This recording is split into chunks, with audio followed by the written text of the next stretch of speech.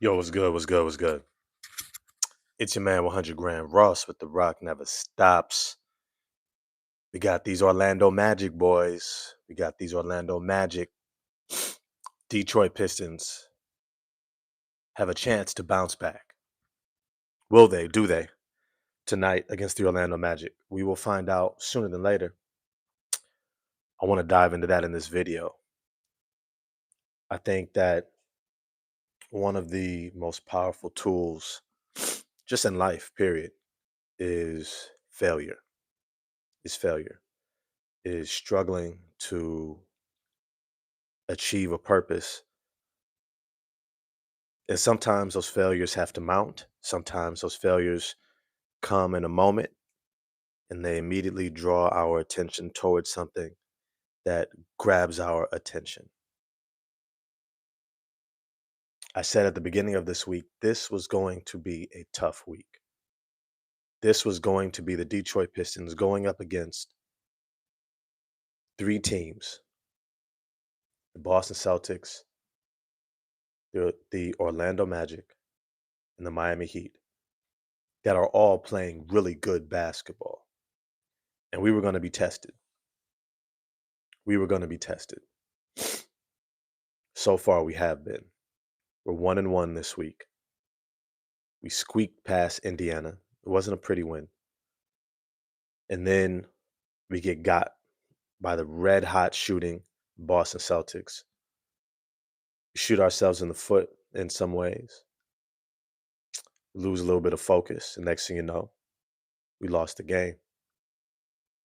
And now we have the Orlando Magic. And the question really is, do we bounce back? How do we bounce back? I want to dive into all of that in this video. But before I do, as always, if you can smash the like button for me. Remember, it's a small thing for y'all. It's a big thing for me in the channel. So I appreciate all the love and support. Appreciate each of you showing up. We all got stuff to do. We all traveling and moving. I appreciate those who joined me in this space at 11 o'clock Eastern Standard Time um, to be able to talk Pistons, talk the upcoming game, previous games, what we see going on, and also to just be real, to keep it a band. You know what I mean? Like that's one thing I'm gonna do. I'm gonna be real, even if I get it wrong, right? Even if I gotta be like, you know what, I gotta backtrack. I gotta pull this one back in because I was going a little bit too far, or I didn't notice this over here. I don't mind doing that as well. That's a part of being 100. It's not always about being right. We talked about this before, right? Ain't nobody ever had to be perfect to be great. So I don't have to have all the correct predictions. Now, I do validate my predictions from my perspective because all of our perspectives are valid because there's no such thing as objectivity. All of our perspectives are subjective. They come from somewhere, they have a particular emphasis, and from that emphasis, we project what we perceive. All right, it is what it is. I just appreciate y'all showing up for me to talk my stuff with y'all in the morning. So if you're here, you might as well smash that like button for me. Hit subscribe and the bell for notifications if it's your first time here. Appreciate all the love and support. This is a community, it's a family. Appreciate those who come here to be a part of it. As always, if you would like to place something in the chat, please feel free. And sometimes I'll be able to get to it. I might be on a roll. It might just be real busy in the chat. But if you send a super chat, we will pause and talk and discuss certain topics more. So if you have a topic that you want to discuss, all right, and you think of it before my channel is on, right? Save your little 9.99. You know what I mean? Send some holiday giftings, $20, and be like, "Yo, I think this," and I'll be like, "Whoa, let's stop and talk about it." All right, that's how it works. Other than that, let's dive into it. Salute to the chat. GT's Entertainments was good. Was good, my boy. Yo, it's Manny 6426. What's good? Salute to you in the chat. Salute. Let's dive into this. Um, I went back and I watched the Orlando Magic. They're playing against the Philadelphia 76ers. Now, Philly decimated by injuries as always. Joel Embiid out as always. Paul George, I think, for rest purposes as always. Um, and then unfortunately, uh, Watkins had a groin injury in that game. He looked like he was rolling a little bit offensively. No VJ Edgecombe. So they were shorthanded for sure. Tyrese Maxey, Quentin Grimes, Jared McCain, um, Justin Edwards, those guys trying to hold down the fort, Jabari Walker, guys like that. And they got ran out the gym.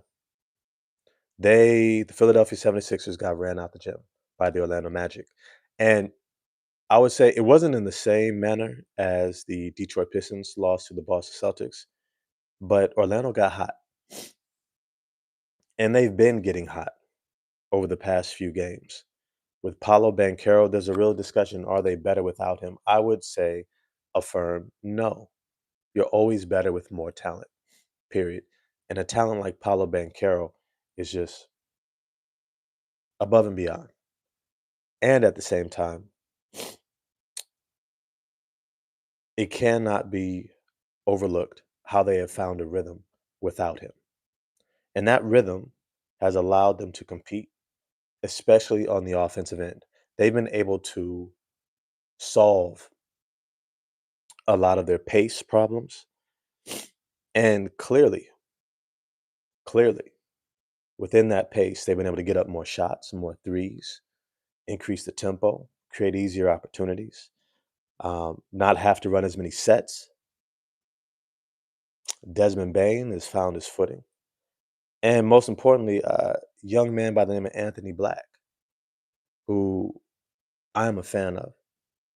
I think that he's their long-term solution as a starter because of his facilitating abilities and also just how he runs the show. But I will say this, Jalen Suggs continues to evolve his game and more iterations of himself, which is really impressive. When he came in, he was kind of just like a hustle, almost like a 6'4", 6'5", Patrick Beverly. He was a hustle guy. He was a dog on defense, and he pressured you. And then over the year, he improved his outside shooting a little bit, marginally, but better. Then the following year, his one-on-one play, because they needed some more playmaking and shot creation. Then the year after that, more shooting. And then along the way, better facilitating and better facilitating, better facilitating. And the reality is, with Desmond Bain's arrival, I think it has situated Jalen Suggs exactly where he's supposed to be. He's supposed to be that fourth or fifth option on a starting five somewhere, at best. At best. Uh, there's the potential, especially in big games, where if I was the Magic, I think I would start Anthony Black, or at least try to close with Anthony Black, Jalen Suggs, maybe Tristan da Silva, Franz Wagner, Paulo Banchero. I keep saying that there needs to be minutes with Paulo Banchero at center. I'm not tracking that far. Y'all let me know if you've seen Paulo Banchero playing center and what those results have looked like. All that's to say is there's not too many centers in the NBA who I think can stay with Paulo Banchero that he would not have a distinct offensive advantage against. And at the same time, there's not too many skilled centers in the NBA that could really force Paulo Banchero to have to really play a high level of defense, which I think he's capable of effort wise. But he's very similar to Cade Cunningham, that surrounded by the good defenders, Paulo Banchero can play up to being a passable average defender. But his know how, where to be, what to do, and his desire still haven't necessarily caught up. And so there's some leadership issues there with Paulo Banchero. But I would say this, that he is still an incredible talent. And so I keep thinking him at center would be an absolute problem for the league. Even if it's just in a closing lineup, the idea of a small ball look, a 6'10" power forward slash center playing center, and Paulo Banchero, and then a 6'10" Franz Wagner at power forward, and then potentially Tristan da Silva or Desmond Bain at that small forward, and then you have Anthony Black and Desmond Bain. That's a lot of defensive pressure to contain. That is a lot of physicality. It's good positional size. Remember, Anthony Black is about 6'8". Jalen Suggs is about 6'5". So I think when you look at this roster, they are figuring things out. They are beginning to recognize how to make this work. And I think that is, I'm not going to say quite yet, it's scary for the league because everyone had anticipated the Orlando Magic playing at a very high level this season. They just did not get out the gates quickly, which is why you can't assess the league in those first 10 to 15 games, which is why I keep saying the Pistons aren't quite as good as our record. We have just been able to take advantage of a lot of teams who are still figuring themselves out, finding their rhythm. But as they do, they say um, cream is going to rise to the top, and you generally fall back into your averages, right? Jalen Duren, his free throw shooting is falling back to his averages, probably closer to mid 70s than the 80s he was at earlier in the season. I think Cade Cunningham's three-point shooting is going to improve. It's going to get out of the 20s. It's going to get back into the 30s. Probably in the season, a little bit above average from three. When I look at these Detroit Pistons, and this is where we're really kind of centered at. These Detroit Pistons, they are a very talented team. I keep saying they are probably one of the most talented teams in the NBA. They have a strong identity and culture, and they have the imposition and the privilege to have the imposition of figuring out what to do minutes wise within the rotations with so many talented individuals. This is not an easy balance to go out there to for JB Bickerstaff to look at guys who have been a part of this winning record so far, 15-3, who have played significant roles like Dennis Jenkins, Javante Green, right? These guys like Karis LeVert, Duncan Robinson, Ron Holland, guys with a lot of potential, a lot of ability, veterans that you just signed. Paul Reed, who's had some really big games for us when guys were hurt. Um, you got Isaiah Stewart, and then you get two guys who've been in the starting lineup, Cade Cunningham, now Jaden Ivey coming back from injury, Jalen Duren, Asar Thompson. And I have to look these guys in the eyes and say, you're probably not going to get the minutes you deserve. But because other guys also deserve minutes, we're going to try to split it out and see as we reshuffle these minutes from game to game, give guys more or less opportunity, how they fit. And I also know I'm going to expect you to play well in the midst of all that with lineups of guys that you're probably not accustomed to playing with. And the fluctuations just keep coming. They keep coming. And it's an imposition. It's a challenge. I think this team has risen to the occasion for the most part, but there are some very specific aspects of this team, these Detroit Pistons, that I want to talk about that are going to be essential. I said in the last video, there's three areas where I want to see the Detroit Pistons improve their play, how they get back on track. That was the last video yesterday morning. If you want to go back and take a look at that, please feel free to do so. I said they need to start communicating better on defense. If you're going to have these fluctuating lineups, that means that you're going to be struggling to always know where to be and know how to play off of one another. And so, how you circumvent a lot of that learning curve of how to play with and off of one another is you have to communicate at a high level.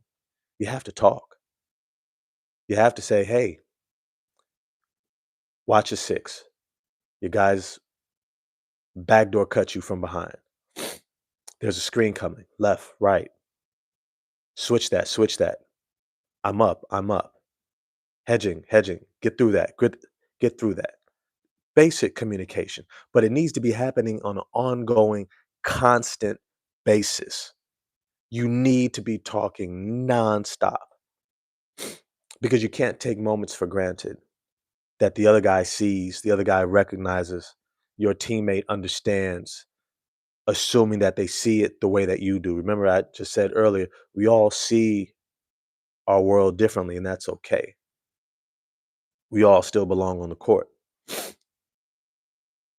What's important is that we can communicate and work well together. That's what makes it a team. And to do so, there has to be communication. Can't assume, right? And you have to understand and bet on what we're really saying that we're about, identity wise, culture wise. Then I said the next thing that they need to work on is just boxing out, finish plays. I know it may seem like we have such good rebounders, and we do, but teams are also going to fight us. They are going to come in circled on their whiteboard, chalkboard. I don't think they have chalkboards anymore. Probably have digital boards by now. But it's to say that on their board, they will have rebound. Guys will be fighting their tails off for every single board against us, which means that you cannot, Jalen Duren, try to box out by just sticking your arm out there. That is not boxing out.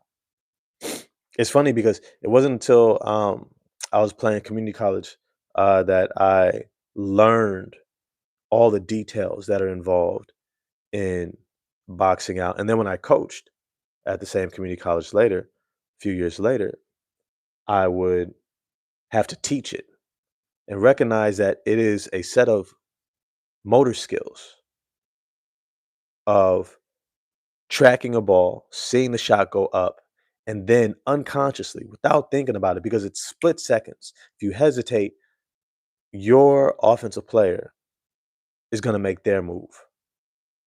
And if you hesitate, you're going to be out of position. If you hesitate, they are going to get into position to either tap the ball out, to deflect the ball, or secure the offensive rebound.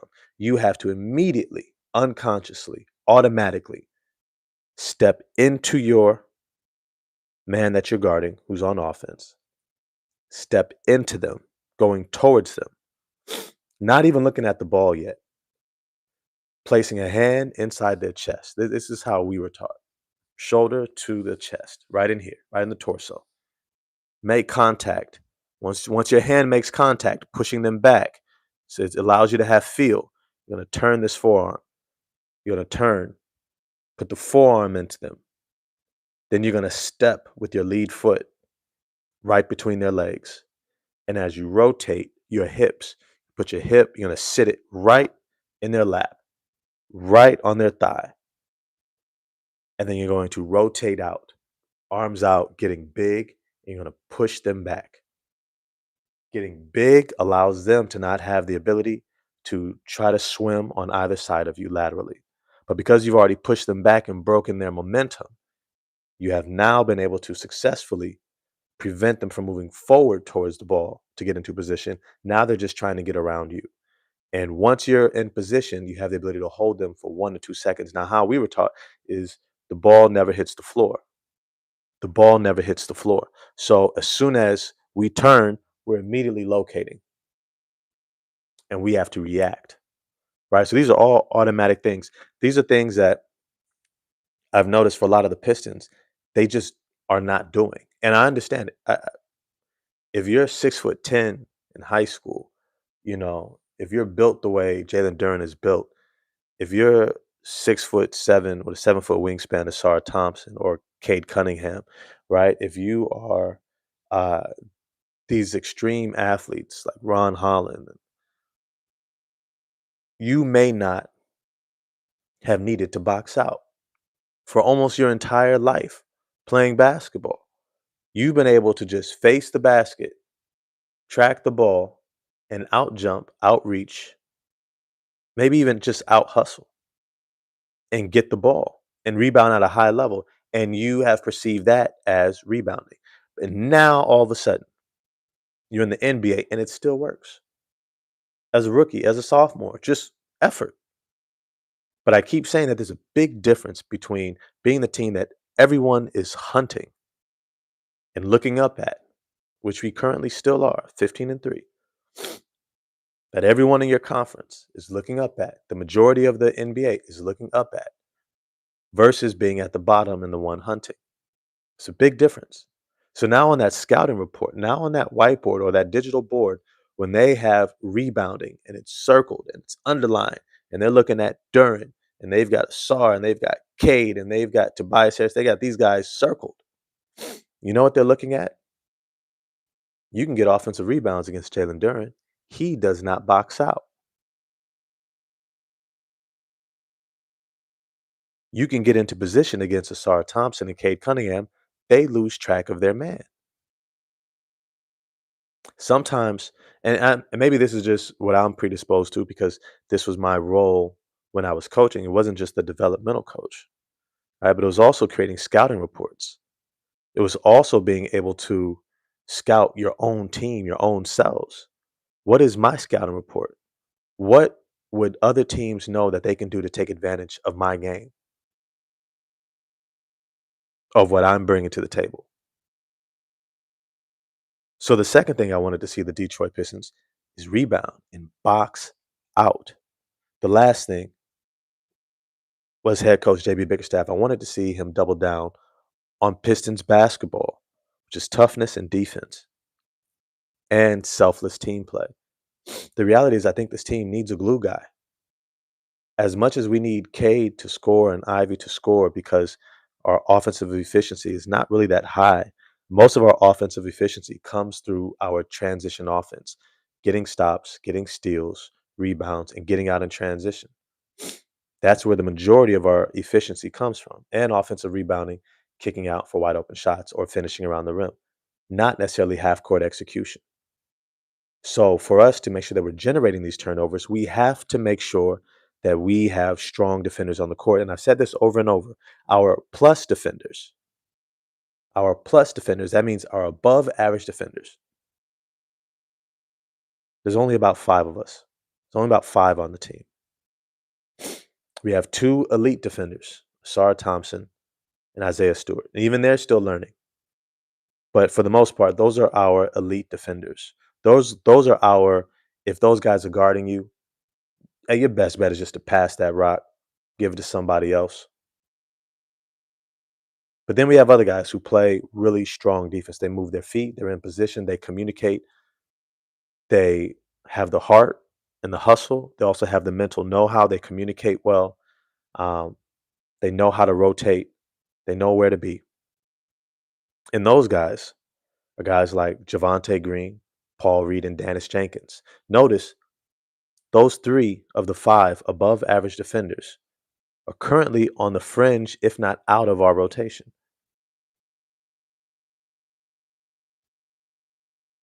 What's that? Eddie Murphy coming to America when they make the joke in the barbershop about the soup at the end. Right? He goes, aha, aha. Right? What does it mean that 3 of our top 5 above average defenders, 3 out of our 5 are on the fringe or outside of the rotation altogether?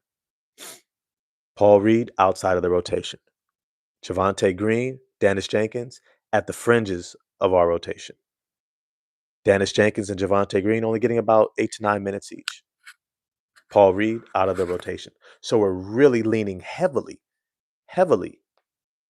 on Asar Thompson and Isaiah Stewart to be plus defenders for us, to be 2 defenders that hold it down against a bunch of guys in their draft scouting report. You would probably say are bad defenders. In their scouting report, when they were coming to the NBA, Ron Holland, Cade Cunningham, Jaden Ivey, Duncan Robinson, Karis LeVert. I think I already said Jalen Duren, but if I didn't, Jalen Duren. These are guys that we literally would have said drafting, we are not expecting a high level of defense. We're actually hoping that they step up and adopt Pistons basketball. But here's the thing, you can't reinforce a style of play without the guys there to do so. And that's a message for JB Bickerstaff. You have to double down on your culture of who you say that you are. You can't say this is what we're about and then you don't preference within your rotation guys who actually exemplify that. Remember, there's a big difference between giving a lot of effort and having the skill. And having the skill. I say this, um, I work with couples, and one of the things I always say is that there's a big difference between someone who desires to show up a certain way for you and someone who has the skill. And so it is important that you can communicate what it means for you, for someone to show up for you, so that they can have something to work towards. Because assuming that just because you say, I would like this, and they go, bet I want to do that, that they know how, that they have developed the skill, not just the know-how, not just learned the lessons and had the failures and adopted the tools and practiced the tools and refined the tools, right? It's not just that they have a way that they may have done it in the past, but that you are able to explicitly communicate to them how you expect for it to be done, and then giving them time and space to work towards it, either to apply the tools they already have or to learn new ones and then take time to develop them. That is what it means for a team to come together over time. That you have to set the expectations. You will have to teach your expectation. And then you will have to drill, you will have to practice, you will have to reinstate and reinforce those expectations and the tools that you are teaching to meet those expectations, scaling it appropriately for each one based upon where they are starting. And then say, now I'm going to hold you accountable and we're going to do this journey together. That's what the season is. That's what this season is. It's not about merely the wins and losses. It's how are we progressing towards our goal, towards playing a style of play that maximizes our talents and abilities to collectively come together and maximize the potential of this team. How do we do this? How do we all come together to do this, to win at the highest level in the playoffs, to win a what? A championship. That's the ultimate goal. It doesn't mean that there's not smaller sub goals. So a lot of times when I'm talking in this chat, especially after games, and I might be frustrated or I might be criticizing, it's based upon where I saw that guys are developing and what they're working towards. And so there's certain things that I'm looking for that I know that expectation has been communicated, skills have been taught, tools have been given. And I've seen these players learn and improve and do. So when they regress and they do it, and not just once, because we're all going to make mistakes, it is what it is. But when we start seeing repetitive behavior, or we start seeing things that they've been working on for a few years, that at the pace of the NBA and with the repetition that you have the potential to have, especially throughout off seasons, certain things you should have already nixed out and gotten rid of. Some of those things are like Cade Cunningham not just passing the ball up ahead versus being turned 52 times in the backcourt. Now I'm being uh, uh, facetious a little bit, or being a little sarcastic when I say 52 times. But if you are being turned 4 or 5 times bringing the ball up, you failed to bring the ball up effectively. That is not effective. If you, matter of fact, if you get turned 2 or more times, the defender has won. They have slowed down your momentum to be able to get into your offense and allowed their defense to set up to maximize their schemes against you. That defender's job is to make you turn. Your job, being the one to initiate the offense, is doing your best to initiate as quickly as possible, because the faster you initiate offense, the more likely you are to catch the defense off guard, off balance, out of position, out of place. Now you have a guard on a big, you have a big on a guard, you have a wing out of position, you have a weak defender on a really good player, and now their defense is scrambling. Now you get what's called easy offense. And this all comes back to why we need to set our rotation so we can consistently put teams in this position, because that is when we have the greatest advantage. Cade Cunningham getting downhill north and south, attacking the rim. It's one of the most dangerous plays we have.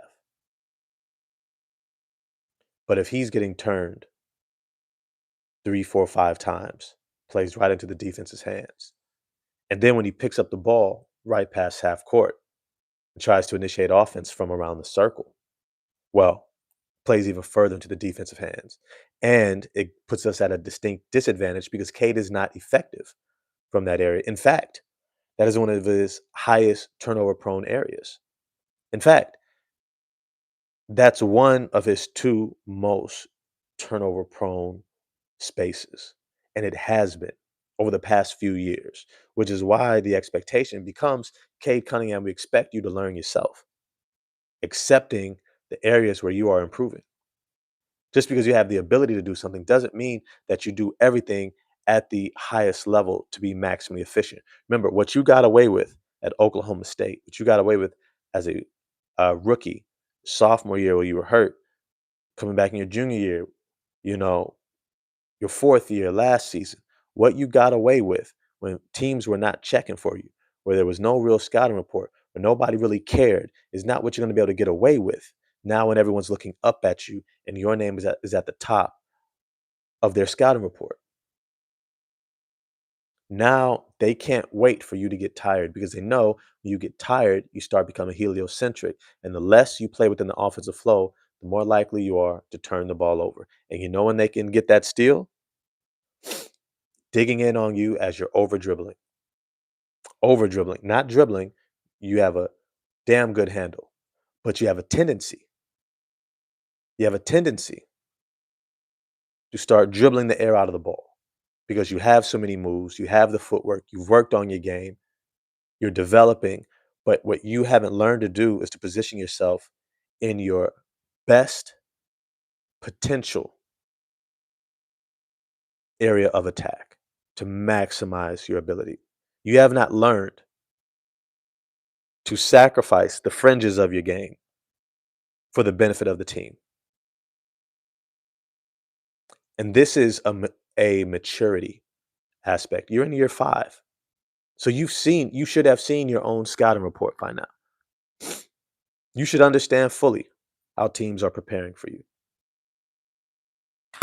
You should know when you get on a roll, you start scoring back to back. When you start wanting to initiate offense, you have a tendency to slow down our offense.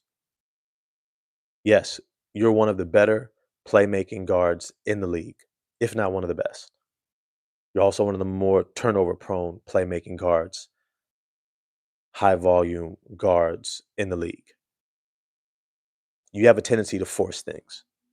You have a tendency to force the issue into the what we call the teeth of the defense when there are multiple defenders in close proximity. You have a tendency because maybe you know that you can finish in that, but you have not learned that just because you can do it doesn't mean that you always need to do it, and that is to our advantage as a team. And sometimes what you need to do is trust your team and allow them the opportunity to create and play make and shot create as well. I'm looking for the day where Cade Cunningham begins to game manage, where he begins to see who needs the ball, who has not had a touch in a while, who needs to get themselves going, who was hot before they went out the game and just checked back in that we can run a play for.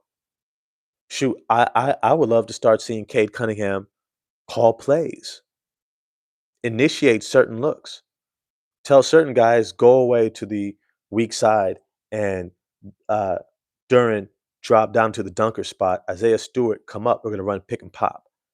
No, no, not roll, pop, because they got a Goga Bitadze who's taller and athletic. And I know you can finish over him, but matter of fact, because Duran is in the game, we need you shooting to really provide that extra spacing, and you're shooting 40% for the season. So we need to get you going. So run this pick and pop real quick, and I'm gonna play it intentionally to draw your defender while keeping mine. And then I'm going to get this pass to you wide open at the top of the key for a wide open three. I want to get you going, whether you make it or not. Asara Thompson, I need to keep you involved. So I'm going to intentionally tell you to come back and give you the ball to initiate offense while I run down against Jalen Suggs because I don't want to wear myself out against Suggs, knowing that I'm going to have to see Suggs, Anthony Black, Tristan Da Silva, Franz Wagner. I'm going to have to see a lot of high level defenders throughout the course of this game. So I need to make sure that I'm preserving myself. And I know that you bringing the ball up, facilitating, is how you get yourself going and find a rhythm. And I'm going to trust that I get the ball back. I know the more we're passing the ball around because the ball has energy, the more we get open looks, the more we are scoring easily, and I can preserve energy that allows me to play at a high level on defense. You see, this is the management of the game. This is the thinking of the game. This is how you process it to make sure that you are maximizing the potential of your collective team. That is what leadership is, having that awareness. Now, JB Bickerstaff, you have to do that as well. You have to have the type of relationship with Cade Cunningham where you can say, hey, bro, you done took 4 shots in a row. Even if you made 3, let's get someone else involved. Hey, we might be trying to make a comeback. Doesn't mean it has to all be done by Cade. Stu can still hit threes, hit the offensive glass, pin down in transition, and get a quick post opportunity, get to the free throw line. Duran has the ability to take his man one on one. So I can actually pass him the ball. Instead of going for the dribble handoff, I can run away from him and open up the court, knowing that I'm drawing my defender that allows greater space because they're going to be that much less predisposed to leaving me open. So they're going to be a little bit closer, which is going to create even bigger gaps for Duran to drive in. Duran being aware of where are the open spaces on the court. So I'm not driving to the teeth of the defense where defenders are in closer proximity. I'm looking for the open area of the court. I turn and face, I see where the defenders are, and then I'm attacking my mismatch. I'm more athletic than Wendell Carter Jr. I'm taller than Wendell Carter Jr. He's also physical. So I might have to take that little 15 to 18 footer once or twice in this game. But then if they have Goga Bataze, right, that's barbecue chicken. He's not strong enough. He's not long enough. So I can go right into his chest, right? Like recognition on the court. Asar Thompson, I want to see you continue to keep shooting. I also want you to be able to identify your shots. And that in this game, you have the ability to rise up over 90 something percent of your defenders. You can drive to the basket and you get close to the rim and you can just rise above them, shoot over the top. Once you get into the paint, that's your world. Shoot it. If you don't have a pass to kick it out to, you don't have a straight line drive to the rim, if you don't have a dunk, pull up jump shot, settle right into it. That's your shot. I want to see you identify your shots. But I also understand that you're playing the role of a facilitator, of a glue guy also. So swing that ball. Be definitive and confident about it. And I know that that takes reps. I know that that takes getting accustomed to who you're playing with, right? Because this is a fluctuating starting lineup. Tobias Harris is now back in the starting lineup. Okay. We know where Uncle T is. Uncle T, get some arc on your shot. You got one of the flattest shots. You are encouraging Cade Cunningham to continue with his flat shot. I don't like that. But at least you're knocking down some of your shots, Uncle T. Um, Tobias Harris. But still, we need you to keep knocking down that shot. Just get some more arch on it, please. It's going to help out in major ways, in major ways. But these are the different things that I'm looking for. Duncan Robinson, continue to move off ball. But here's the thing. You guys have to find Duncan Robinson in rhythm.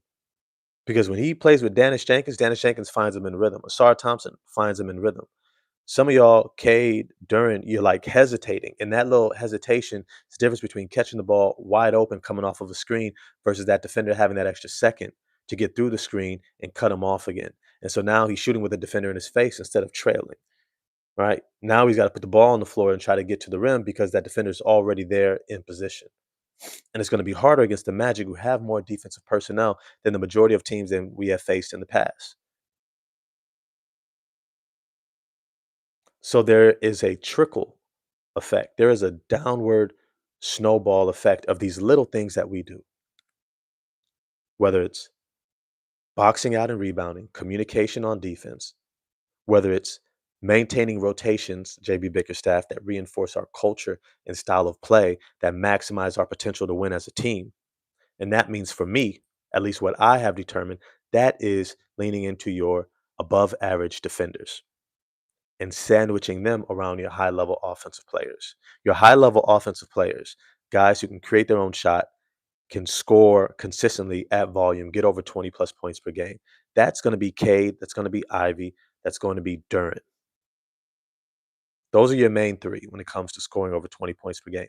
Those guys need to be sandwiched and insulated by guys who could play finishers or facilitators to set things up for them. But those are also some of your weakest defenders that are going to be getting the greatest amount of shots and minutes on the court eventually, especially as Ivy ramps up and his minutes restrictions goes down. So that means around those guys, you have to be very intentional and careful of who you're playing around them. Now, I've said many times before, we have our five high level defenders. You all remember who they are, right? We can say it together, class. Who are the high level defenders, above average defenders? Asar and Isaiah Stewart. Those are your elite defenders. And then you have Dennis Jenkins, Javante Green, Paul Reed. Well, Paul Reed's been out of the rotation. Javante Green and Dennis Jenkins get less than 10 minutes on the fringe of the rotation. So now you have Cade, Ivy, Ron Holland, Jalen Duren, who are all coming into the NBA early in their careers, subpar defenders who are learning to play good defense, who give maximal effort to get up to the point of being an average defender, not an elite defender, which means that if you have Cade and Ivy out there, you can't try to insulate them with a Ron Holland and a Jalen Duren and a Duncan Robinson.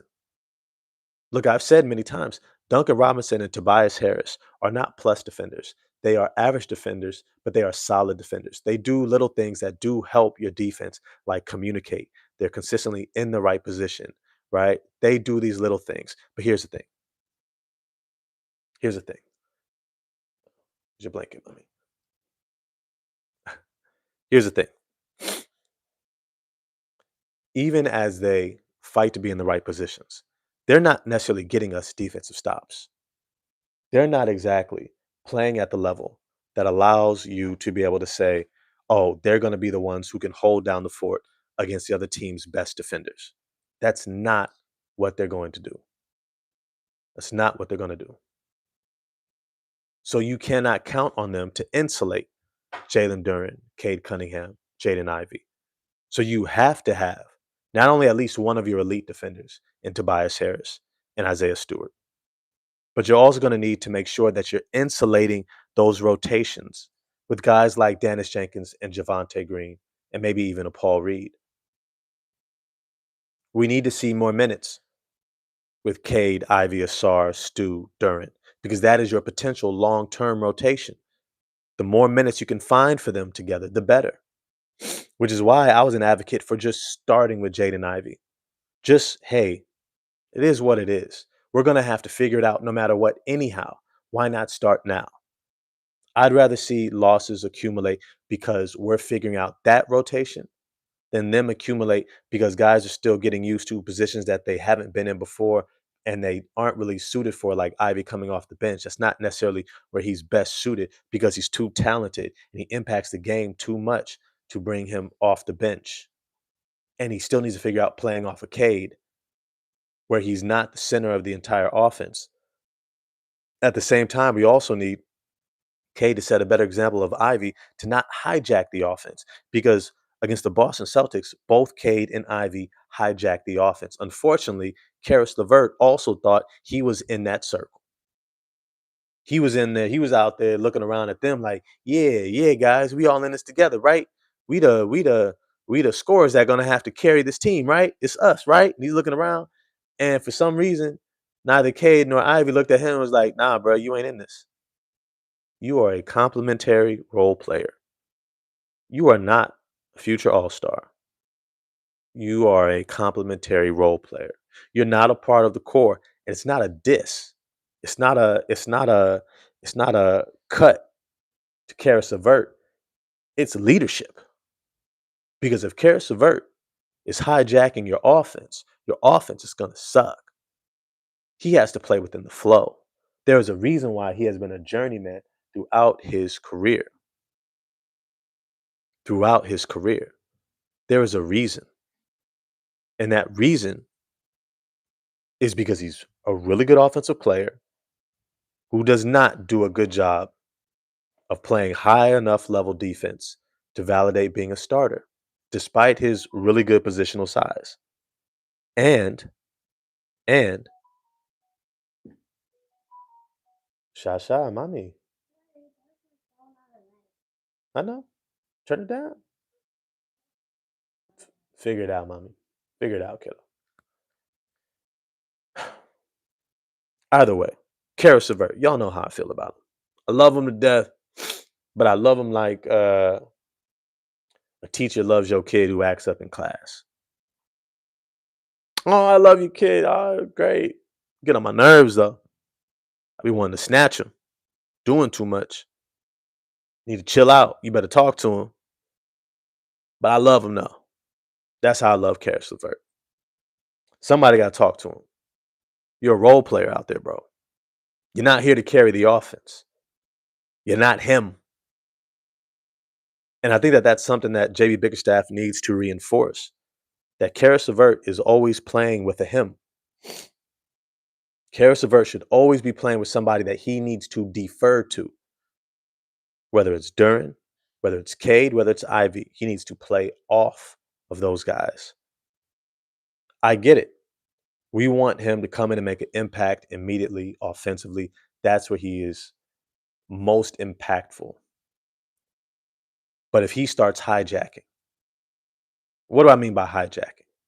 Side note, I got 26 people in the chat, only 12 likes. If you can do me a favor, smash the like button for me. Hit subscribe and the bell for notifications. It's a small thing for you, major thing for the channel. Just go ahead and hit that little like button. Really appreciate it. All it's to say is, what do I mean by hijacking? When a player begins to look for the ball to either initiate offense and they are not doing a consistent job of then passing the ball out of their hands so that the ball can begin to move around and flow between their teammates. When they begin to bring up the ball and take the shot multiple times in a row, what you have effectively done is you have stagnated our offense. And you have determined you are the only one who is going to touch the ball for these possessions. But what happens, class, when other guys don't touch the ball on offense? They get stale. They get out of rhythm, out of the flow. They get cold. That's a term that we use in basketball, in case you're not familiar with it. They get cold. They don't get a shot up. You shooting all the shots. And what happened against the Celtics is that Cade Cunningham, Jaden Ivey, and Karis LeVert hijacked the offense. It slowed us down. It bogged us down. And next thing you know,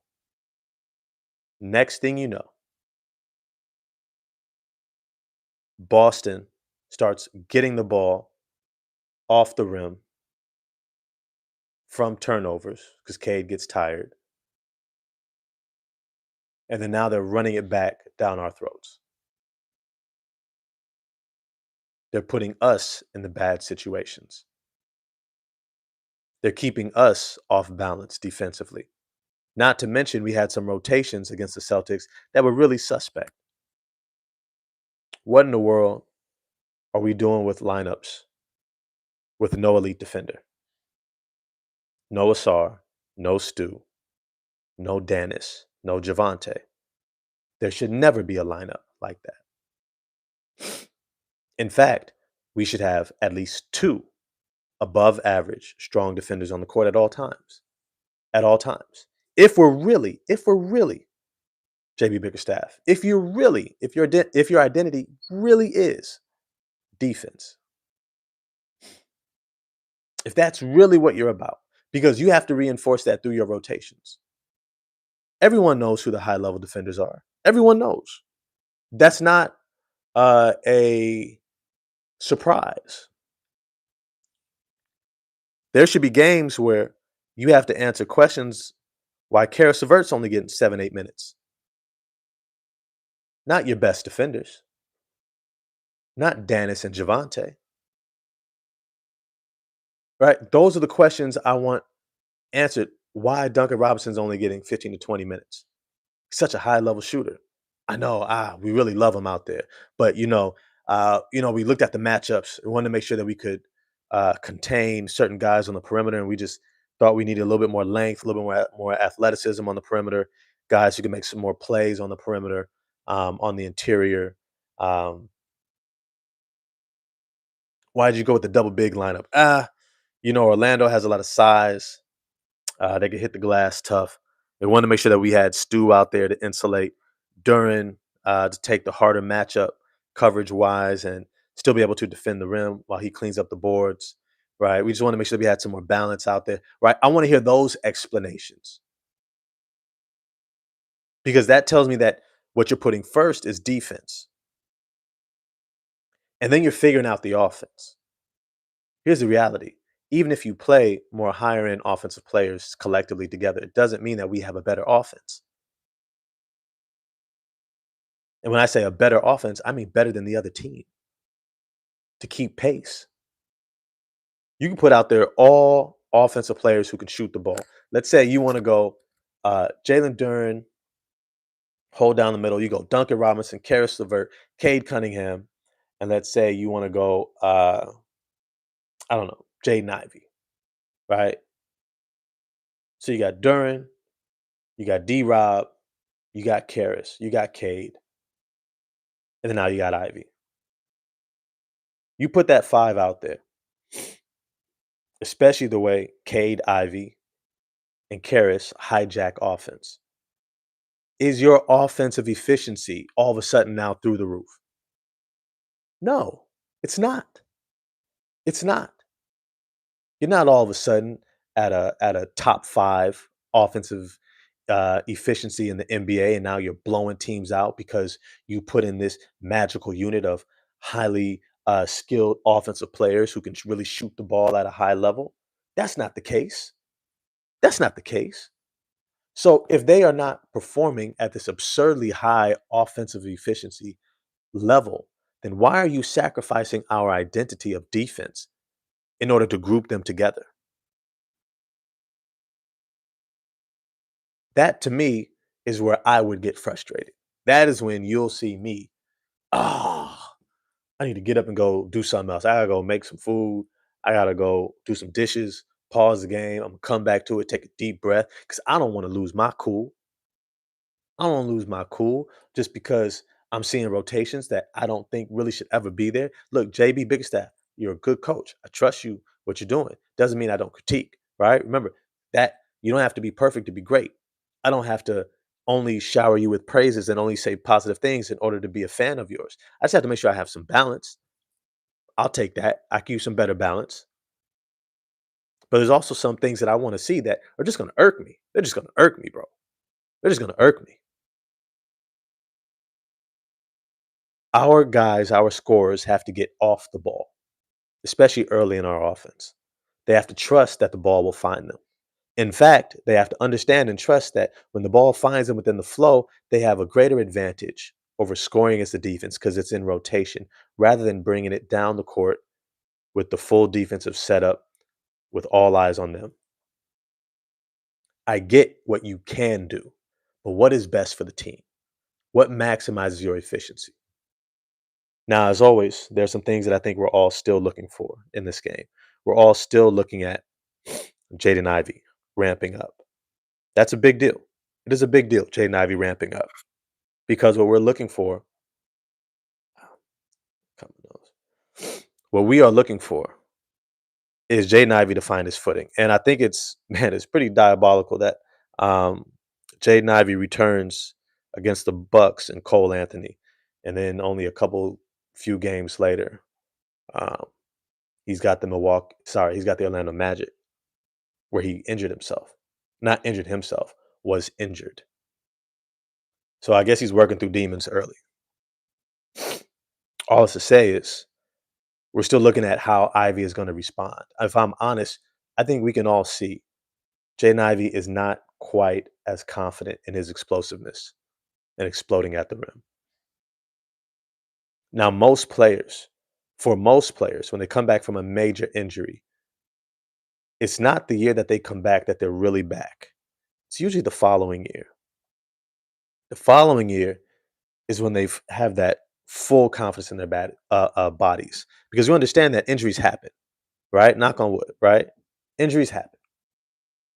It is what it is. I don't know why I'm knocking on wood to say injuries happen. I guess to say that I don't want them to happen, but I'm acknowledging that they do happen. So it's a part of the game. So why knock on wood as if you're trying to like evoke some luck that it doesn't happen while you're admitting that it happens? So I don't know. Maybe I need to stop doing that. All to say is we want to see Ivy continue to find his legs. And I keep saying that within this offensive structure, if they play Jaden Ivey how they played Tim Hardaway Jr. last season, Ivy's going to average 18 to 20 plus points per game. Period. If he just does the role of Tim Hardaway Jr., Iverson cuts, dribble handoffs, kickouts, off ball movement, get out in transition. Ivy's going to average 18 plus points per game. Period. Period. That's just how talented he is. It is. It's just how talented he is. Now, he has to accept that role. He has to accept that role. JB Bickerstaff have to get him to accept that role.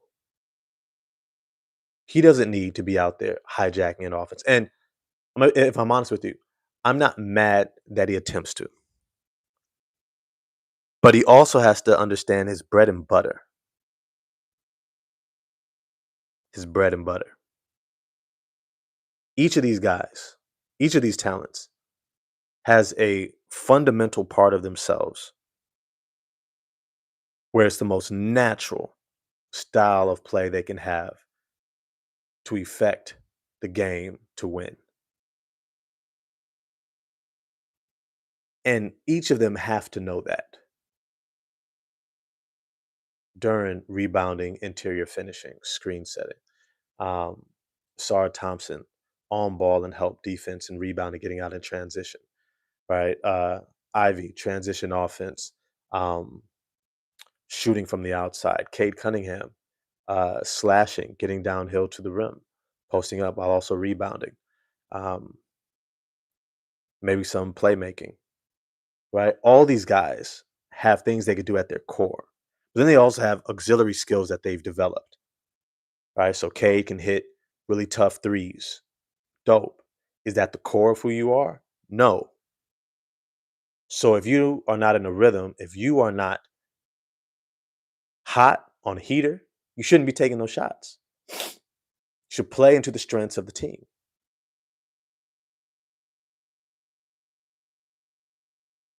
So there needs to be a recognition of guys of who they are at their core. And then if they're having a good game, get into more of the auxiliary parts of their game.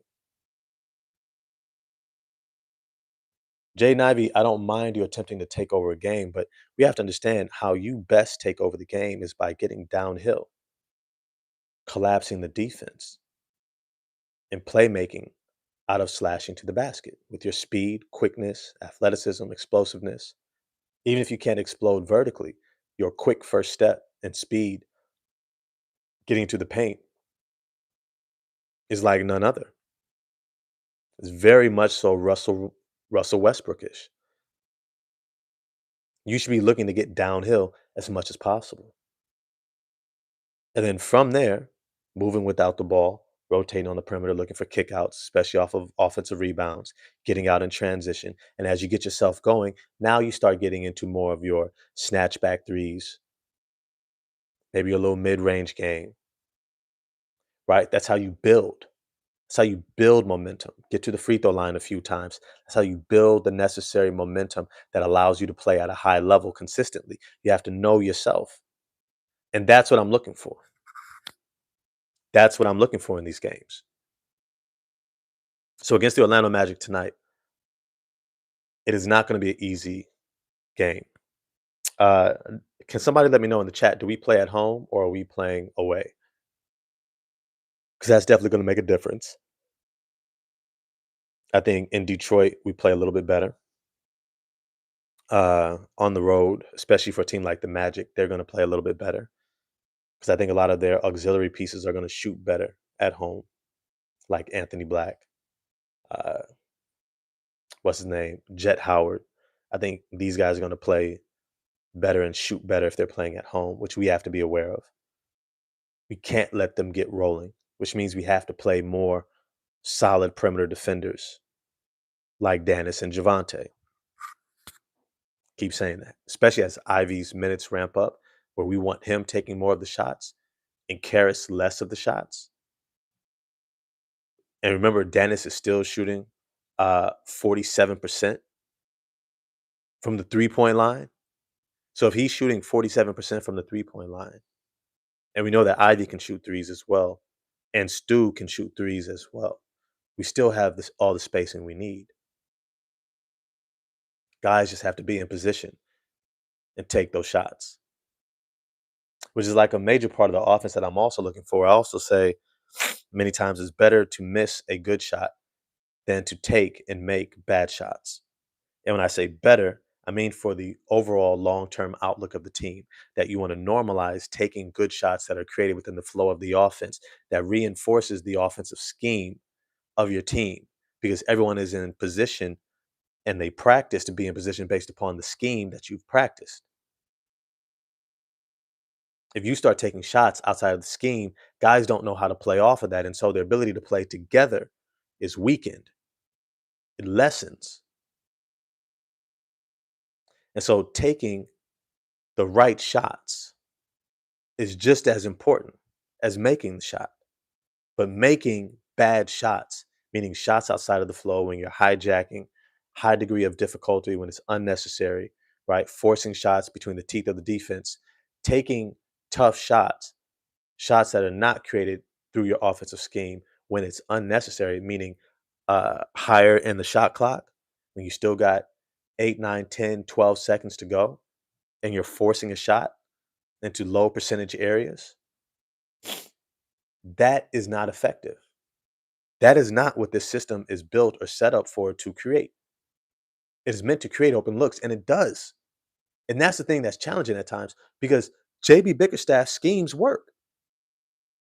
It works. Cade Cunningham, when you pass the ball up ahead to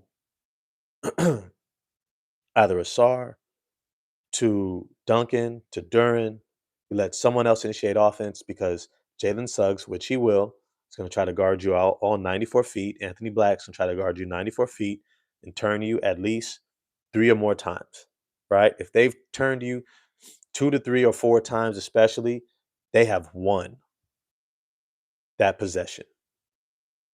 That guarantees we will have a hard shot. Guarantees we will be rushed in our offensive set. It guarantees we will be playing into their advantage. So when JB Bickerstaff set up, you pass it up ahead, run down the court, catch the ball around the free throw line, turn face, see where the help defense might be coming from, take 1 or 2 dribbles, you're right into your sweet spot. We know that works. We know it works. We know it. So when you stop going to it because we either get down or maybe you feel like you're in a rhythm, you feel like you need to take over. And when you try to take over in those ways that hijacks the offense, it's frustrating because what it really says is that when you get stressed, you don't trust your coach. You don't trust his scheme.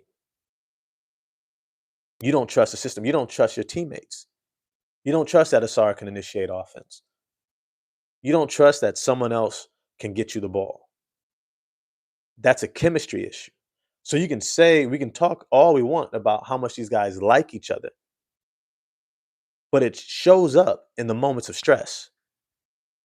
It shows up in a close game. That's when it shows up. Yeah, Ron Holland can be your boy, but if I don't want to give him the ball and I look him off, even though it's a part of the scheme, that might be my guy, but I don't trust him. The reality is, JB Bickerstaff's job is to create a scheme that includes everyone, where everyone is playing to their strengths based upon what they have proven throughout the offseason, training camp, or in past seasons that they do at a high level to be able to serve the maximal or highest good of this team. You have the scheme, you've practiced it in training camp, you've done it in preseason, you've seen it throughout the season so far to a 15-3 record, which is where I get kind of frustrated with JB Bickerstaff. Yo, we know that defense wins. When you had to play Asar, Stu, Dennis, Javante, and Paul Reed, when you had to play them, and then you had Aron Holland, a Cade mixed in there with Duncan Robinson.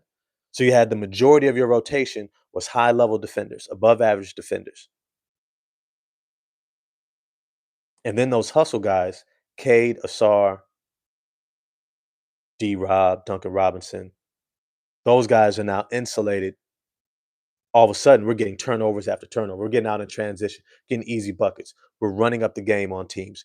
We're running teams out the door. We're getting these big leads or mounting these comebacks, right? We've shown this is who we are. And you keep saying this is who we want to be.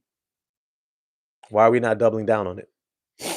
I'm sorry. We know who Karis LeVert is. You can't play him in back-to-backs. He's a bit fragile. Has an injury-prone history. He's over the age of 30. He's not going to get better. He's really not a part of the long-term core. He kind of is. If I keep it a band with you, this is where I keep it a band. It's not to be mean, but he's draft bait. I'm sorry, he's trade bait or draft bait. A really good asset player who a lot of teams would like to have with positional size because he's better than most of the other options when it comes to perimeter scorers in the NBA, especially from the wing, who could do some ball handling, facilitating, playmaking, shot creation. At 6'7", he's a great option. A lot of teams like him. But here's the reality. Here's the reality is that he's not really good enough to be a starter, and he's injury prone, and he doesn't defend at a high level. With those things in mind, when you begin to look at him, there is no reason to force feed him within this system. There is no need to force him inside of our offensive rotations, especially with Jaden Ivey back and especially with the ascension of Dennis Jenkins. It may sound like I'm beating a dead horse with this, but I'm not. Because remember, we are building towards something. Even once we settle into a rotation, right, with Cade, Ivy Asar, maybe Tobias and Duran or Stu and Duran. Even as we settle into that rotation as our starting lineup eventually. And then we settle into Dennis Jenkins, which I think should be a primary player off the bench. Dennis Jenkins, Ron Holland, Duncan Robinson, and maybe either Stu or Tobias Harris off the bench. Maybe even a Paul Reed off the bench. As we settle into that 9-man rotation, right? And Karis LeVert is more on the fringes. Now it's, do we go Karis or Javante? Figuring that out based upon need, how we're playing. Even after we settle into that rotation, which I think is our best rotation, we still have to build chemistry and gel within that. So the longer we take to find our best rotations, the longer it takes to then build up chemistry and gel and build the trust so that guys can settle into roles of expectation so that we can begin to have a consistent performance and play that allows us to continue to compete at a consistently high level. Because right now we're doing this. We're helter skelter. We don't know what this team is going to look like from night to night. We know certain components will be there with Cade, right, and Duncan Robinson, but how many touches, shots, and what types of shots, and are we going to be in the flow? Guys are going to be trying to take over. Is Duran actually going to show up and be aggressive and take care of the ball? Are guys going to stay out of foul trouble? You know, how many minutes is Dennis going to get? Right, how many minutes is Ivy ready for now? 2, 3 games back. We don't know what we're getting from game to game to game. And that's why I'm a big proponent of when you had that opportunity with the 3 days off and Tobias and Ivy were coming back, I thought we should have just started off with this is your starting rotation for the future. Duran, Stewart, Asar, Ivy, Cade, and figured it out from there. Dennis Jenkins even balling. We'll bring you off the bench as a six man, first guard off the bench. Paul Reed, Ron Holland, you're part of our core, Ron Holland, Paul Reed, really high level defensive big rotation piece. Tobias Harris, your Uncle T, but we know that you're in a contract year and you're only going to get older, right? So eventually we're going to fall into these lineups. Why not settle into it now? Number one seed in the East. You've got room to play with it. I thought we should have settled into those lineups then. Even if Ivy's on a minutes restriction. So what? Get Cade used to playing with Ivy immediately because of where we're trying to get to. Why not work through it now? Now you made the decision that you made. Okay, water on the bridge, it is what it is. Now moving forward, is it working? Is it working? I want to see Cade running plays for Ivy like he runs plays for Duncan Robinson or Tim Hardaway Jr. last year. I want to see Duran with dribble handoffs and pick and rolls with Ivy. I want to see Asar running point forward with Cade and Ivy on his wings coming off of screens. That's what I want to start seeing sooner than later so we can actually have the picture we know we're going to get to eventually and start building towards it. That's what I'm hoping to see. That is what I'm hoping to see tonight against the Orlando Magic. I think somebody said that we got them at home. Yeah, we're at home tonight. Okay.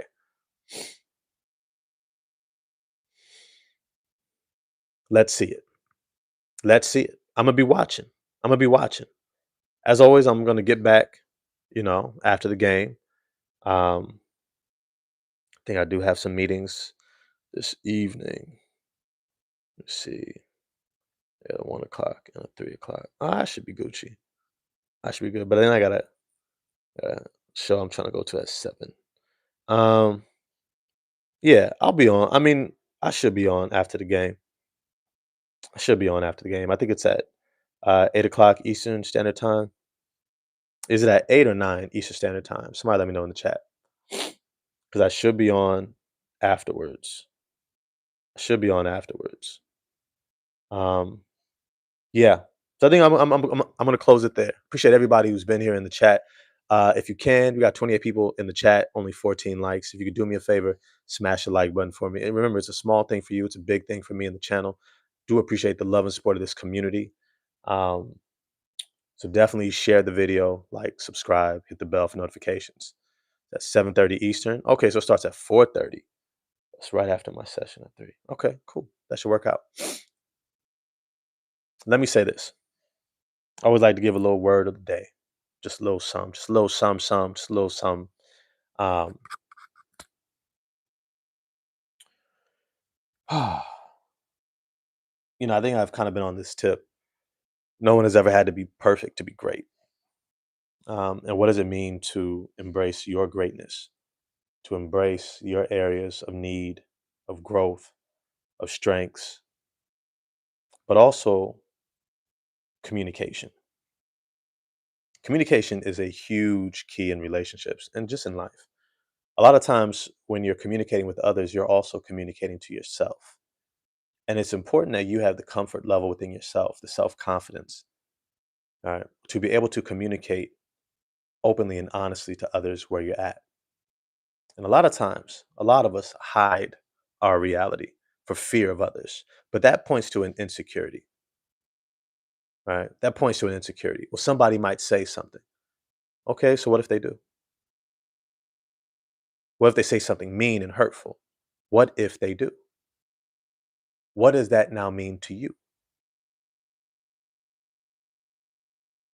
Because what it means to you when they say it is actually a part of what it's reflecting upon in your internal world. So the reason why we hesitate to communicate is because really of how we feel about ourselves, not the threat that we perceive in front of us. And for some of us, unfortunately, we don't communicate with the people that we should be communicating the most with. Our partners, our spouses, our children, family, siblings, close friends, neighbors, etc. We're not honest. We're not open. But really, what it's indicative of is we're not communicating with ourselves. We're not willing to acknowledge these parts of ourselves. And as a result, what takes place is that we pull ourselves out of position. We're not on our square.